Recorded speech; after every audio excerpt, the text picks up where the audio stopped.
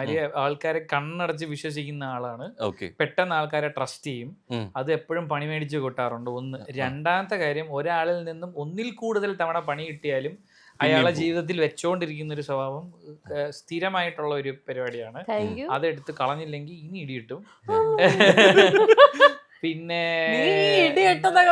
താഴെ കമന്റ് വരെ കേട്ടോ,